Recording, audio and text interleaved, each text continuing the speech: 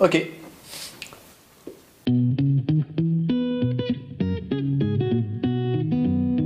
Je me suis rendu compte, mais depuis déjà plusieurs spectacles, qu'en fait les moments finalement les plus forts, que ce soit entre artistes ou au niveau des gens, sur les gens, c'était les duos. Alors les duos instrumentaux, comme les duos avec les chanteurs.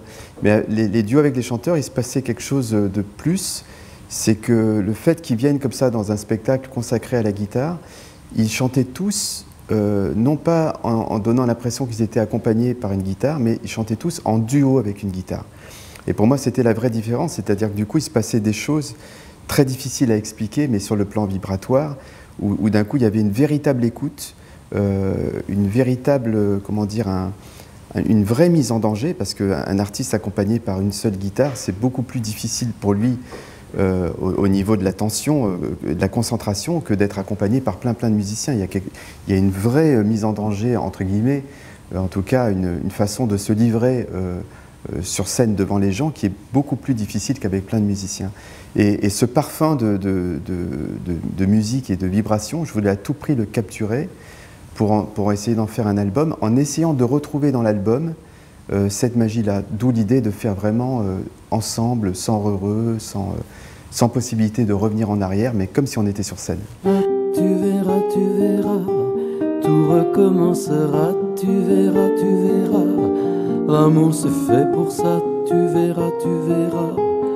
On a du mal à accepter le côté multicasquette et on aime bien vous connaître pour quelque chose. Donc c'est vrai que je suis, de par tout ce que j'ai fait au niveau de la guitare, je suis beaucoup plus considéré comme un guitariste ou comme un compositeur de musique de film ou comme un arrangeur-producteur, on va dire, et un petit peu moins comme un compositeur et encore moins comme un auteur. C'est-à-dire que j'écris aussi des textes de chansons.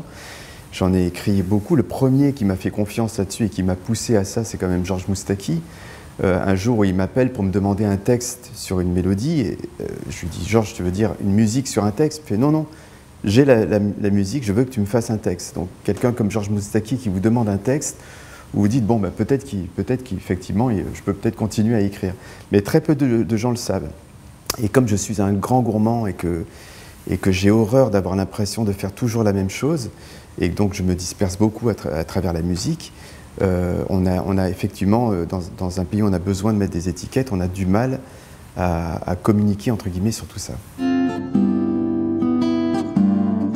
Mais d'aventure en aventure, de train en train, de port en port, jamais encore, je te le jure, je n'ai pu oublier ton corps. Ben, la SACEM, pour moi, ça reste la confirmation que, en plus d'un véritable plaisir, je fais aussi un vrai métier. Parce que finalement, la notion de plaisir, c'est très rare d'avoir la chance de faire un métier, finalement, qui nous plaise. Je considère qu'on est des privilégiés. Il y a beaucoup de gens qui font des métiers qui ne leur plaisent pas. Donc, nous notre force, c'est qu'on est nourri par notre plaisir. Donc, on pourrait considérer que ce serait suffisant d'être nourri uniquement par le plaisir.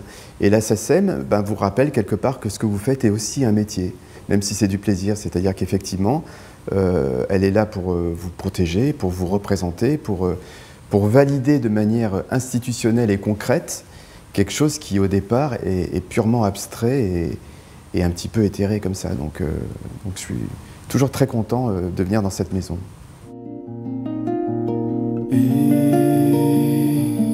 Pour aimer. En fait, mon idée, c'est justement, j'ai fait 10 ans autour de la guitare et même si chaque année, je pense avoir trouvé un moyen de remettre un petit peu le spectacle, enfin de faire en sorte qu'il soit toujours évolutif et différent, il y a un moment donné où 10 ans, bon, tu as envie d'essayer de passer à autre chose.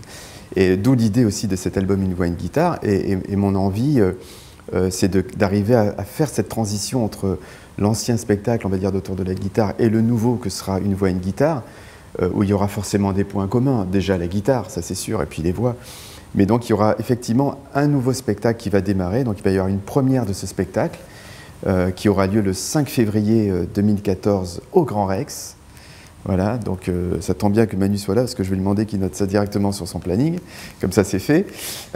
Et donc il y aura effectivement un spectacle d'une voix et une guitare avec les artistes disponibles qui ont été, enfin les artistes de l'album qui seront disponibles pour cette date, et évidemment plein d'autres artistes. Et j'ai plein d'idées au niveau de ce spectacle, à mon avis. Si j'arrive à faire tout comme je l'ai dans la tête, ça devrait être pas mal. Vous qui passez sans me voir, sans me donner d'espoir, adieu.